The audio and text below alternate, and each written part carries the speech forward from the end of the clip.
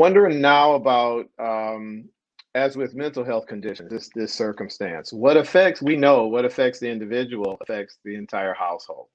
Um, Fear and anxiety that's come with the with COVID exposure on the minds of frontline workers like you every day, that's going to translate to their families and to their households. Let's discuss some strategies that frontline workers can employ to bring a little bit of calm to the home environment. I'm thinking about maybe mindfulness, faith, spiritual practices. Can you speak to any of that, maybe personally, or some things that your colleagues have talked to you about? Yeah, definitely. I've my family personally, we've really worked to pick up other hobbies in the house and things to keep us busy outside of thinking about everything that's going on as far as COVID-19. So we started building, like our two young boys, we started building Lego sets. I know some people that do puzzles and things like that, just to kind of keep their mind away from that. I know gardening has been very popular. Baking, everyone's baking. I think most stores are out of yeast, so that's like been a big thing, right? But Right. we also try to take some time to go on long drives with the kids, and whether it's a road trip or long drives, I've been invited to attend church through Zoom, which has been very interesting. Yeah, But it I feel is. like everyone's doing different things, right? And a lot of people have found faith now, right? A lot of that's been very important now. You talked about, you're right, faith is very important. That's not a bad lead into this next question. And I kind of struggled with where to put it because I don't want you to focus on something that's so incredibly, for me anyway, would be quite stressful. And I think a lot of people forget about the very deep sense of loss that you experience and people that do your type of work when patients in your care die. And when you see that daily, sometimes several times a day and weekly and now monthly, and we're closing in on a year of this pandemic, it's got to be hard, Aaron. I'm wondering if there are specifically grief resources available for healthcare workers that are right on the front line and are dealing with that every day. Yeah, it is tough. So a lot of what I mentioned previously, like my medical center that I work for, they have a lot of one-on-one services for crisis intervention. We have peer groups that we have, that one that I mentioned out of the PICU.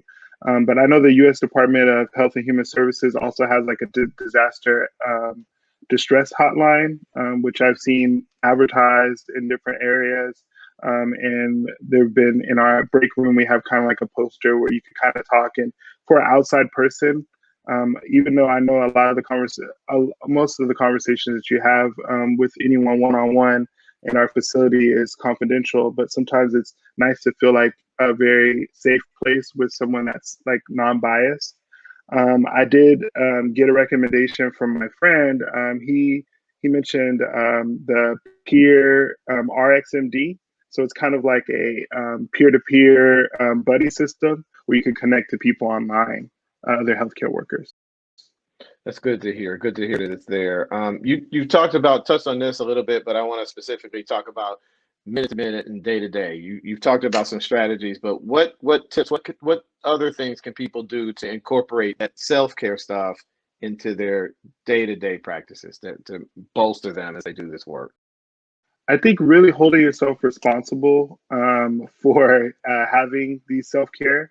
So a lot of people keep a calendar of what days they work. They have their hours, their doctor's appointments, 30 minutes, and so really setting aside, this is 1 hour self care, 30 minutes self care. And what that could be is, that could be, I'm going to read my book, or I'm going to take a walk, or instead of taking the time to make my lunch, when I get up early, I'll order out and I'll take the time to go for a walk or for a run. And it's just very integrating that into your daily routine. And a lot of Mm, people mention that also with exercise, right? We talk about just put that into your daily routine. And when you complete it, that goal is done for the day. I think I might have heard that from you. But yeah, really having that time and setting that time aside, giving it space.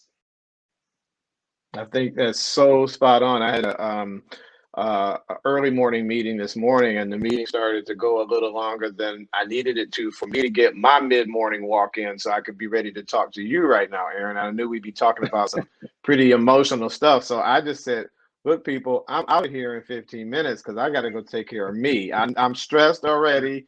And I'm gonna be talking to Aaron about his stress, so I got to go take care of me. I think it's important that you prioritize time for yourself.